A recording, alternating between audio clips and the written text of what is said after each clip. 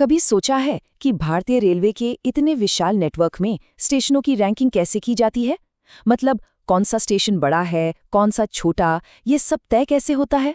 तो आज हम इसी सवाल की तह तक जाएंगे और देखेंगे कि इन स्टेशनों को रैंक करने का असली तरीका क्या है। अच्छा, जब हम कहते हैं बड़ा स्टेशन तो दिमाग में क्या आता है? शायद बहुत सारे प्लेटफॉर्म्स, लंबी लंबी पटरियां, है ना? पर क्या वाकई यही पैमाना है या फिर कहानी कुछ और ही है? असल में ना, इंडियन रेलवे के लिए सिर्फ दो चीजें सबसे ज्यादा मायने रखती हैं। पहली, उस स्टेशन से साल में कमाई कितनी हो रही है, और दूसरी, वहां से कितने लोग मतलब कितने पैसेंजर्स सफर कर रहे हैं। बस यही दो चीजें मिलकर तय करती हैं कि कौन सा स्टेशन कितना अहम है।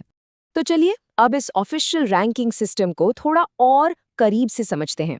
इसका एक खास नाम है एनएसजी प्रणाली, और यही वो सिस्टम है जो तय करता है कि कौन सा स्टेशन किस लीग में है। तो एनएसजी का पूरा मतलब है नॉन सब अर्बन ग्रुप। अब ये नॉन सब अर्बन क्या है? इसका मतलब है कि इसमें लोकल या सब अर्बन ट्रेनों वाले स्टेशनों को नहीं गिना जाता, बल्कि लंबी दूरी की ट्रेनों वाले बड़े स्टेशनों पर फोकस किया जाता है। ये सिस्टम कमाई और पैसेंजर्स की गिनती के आधार पर स्टेशनों को अलग अलग कैटेगरी में डालता है। और सबसे मजेदार बात, इसी रैंकिंग से तय होता है कि अगले 5 साल में किस स्टेशन के डेवलपमेंट पर कितना पैसा लगेगा। अच्छा, तो ये टेबल इस पूरे सिस्टम की जान है। देखिए, स्टेशनों को 6 कैटेगरी में बांटा गया है। एनएसजी 6 से शुरू होकर टॉप पर एनएसजी 1 तक। और एनएसजी 1 क्लब में जगह बनाने के लिए किसी स्टेशन को क्या करना पड़ता है? सालाना 500 करोड़ रुपए से ज्यादा की कमाई और साथ ही 2 करोड़ से ज्यादा यात्रियों को हैंडल करना। सोचिए कितने बड़े आंकड़े हैं ये। ठीक है, थ्योरी तो समझ आ गई, पर असल में ये सिस्टम काम कैसे करता है? इसे समझने के लिए हम एक केस स्टडी लेते हैं भारत के सबसे बड़े राज्यों में से एक उत्तर प्रदेश की, और देखते हैं कि वहाँ के स्टेशंस इस पैमाने पर कहाँ टिकते हैं। तो चलिए अब शुरू करते हैं उत्तर प्रदेश के सबसे बड़े स्टेशनों की उल्टी गिनती। हम शुरुआत करेंगे एनएसजी 2 कैटेगरी के कुछ बहुत ही इम्पॉर्टेंट स्टेशनों से। 15वें नंबर पर है मुरादाबाद जंक्शन, जिसकी कमाई 105 करोड़ रुपए से ज्यादा है। ठीक उसके बाद आते हैं मऊ जंक्शन और बरेली जंक्शन। और फिर 12वें नंबर पर है गाजियाबाद जंक्शन। इसकी कमाई 175 करोड़ रुपए से भी ज्यादा है, जो कि दिल्ली के इतने पास होने की वजह से एक बहुत ही बिजी स्टेशन है। और 11वें नंबर पर है एक ऐसी जगह जो आस्था का केंद्र है, मथुरा जंक्शन। इसकी सालाना कमाई 232 करोड़ रुपए से भी ज्यादा है। ये इस लिस्ट का एक बहुत मजबूत प्लेयर है। लेकिन मथुरा जंक्शन की असली खासियत सिर्फ इसकी कमाई नहीं है। ये भारत का इकलौता ऐसा जंक्शन है जहां से 7 अलग-अलग दिशाओं में ट्रेनें जाती हैं। सोचिए जरा, ये बात इसे देश के सबसे खास रेलवे हब्स में से एक बनाती है।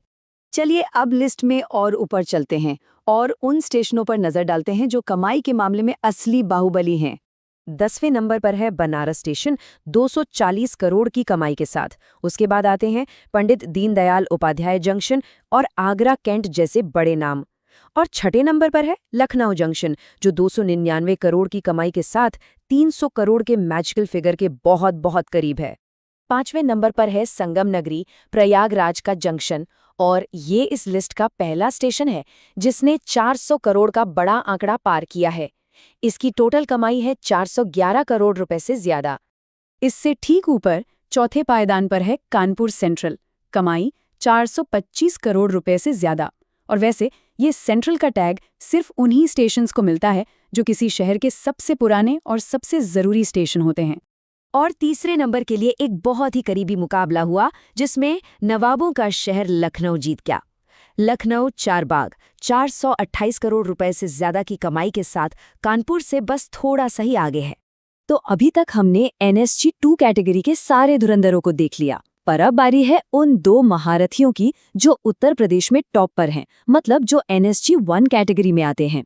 और ये स्लाइड दिखाती है कि टॉप की लड़ाई कितनी जबरदस्त है। दूसरे नंबर पर है पवित्र नगरी वाराणसी जंक्शन, जिसकी कमाई 561 करोड़ से ज्यादा है। लेकिन उत्तर प्रदेश का बेताज बादशाह है गोरखपुर जंक्शन, जो 591 करोड़ से ज्यादा की कमाई और 1 करोड़ 30 लाख से ज्यादा यात्रियों के साथ नंबर 1 पर है। ठीक है, तो हमने ये सारे आंकड़े देख लिए, रैंकिंग समझ ली, लेकिन असली सवाल तो ये है कि तो क्या इस रैंकिंग का मतलब क्या है? ये हमारे लिए जरूरी क्यों है? तो देखिए, इसका मतलब बहुत सीधा है। जितनी ज्यादा कमाई और जितने ज्यादा यात्री, स्टेशन की ग्रेड उतनी ही ऊपर, और जितनी ऊंची ग्रेड उतना ही ज्यादा पैसा डेवलपमेंट के लिए, और ज्यादा पैसा मतलब यात्रियों के लिए बेहतर सुविधाएं। ये एक सिंपल सा समीकरण है जो सीधा हम सबके सफर को बेहतर बनाता है। जैसे याद है हमने लिस्ट में मऊ जंक्शन की बात की थी, वहां रेनोवेशन का काम चल रहा है, प्लेटफॉर्म्स बढ़ रहे हैं। बरेली जंक्शन में भी प्लेटफॉर्म्स बढ़ रहे हैं और कोचों की रख रखाव के लिए नई सुविधाएं बन रही हैं। ये सब इसलिए हो पा रहा है क्योंकि उनकी एनएसजी ग्रेड अच्छी है। अगर एक लाइन में कहें तो ये पूरा सिस्टम इसलिए बनाया गया है ताकि जो स्टेशंस देश की इकोनॉमी और यात्रियों की सेवा में सबसे ज्यादा योगदान दे रहे हैं, उन्हें डेवलप करने के लिए सबसे ज्यादा रिसोर्स मिले, ताकि हर किसी का सफर और आरामदायक हो सके। लेकिन एक बात याद रखने वाली है, ये रैंकिंग कोई पत्थर की लकीर नहीं है। जैसे जैसे हमारा देश आगे बढ़ रहा है, नए इंडस्ट्रियल सेंटर्स बन रहे हैं, शहर बढ़ रहे हैं, वैसे वैसे इन स्टेशनों की कमाई भी बदलेगी। तो ये सोचना बड़ा दिलचस्प है कि आने वाले समय में कौन सा स्टेशन इस लिस्ट में अगला बड़ा स्टार बनकर उभरेगा। इस बारे में सोचिएगा जरूर।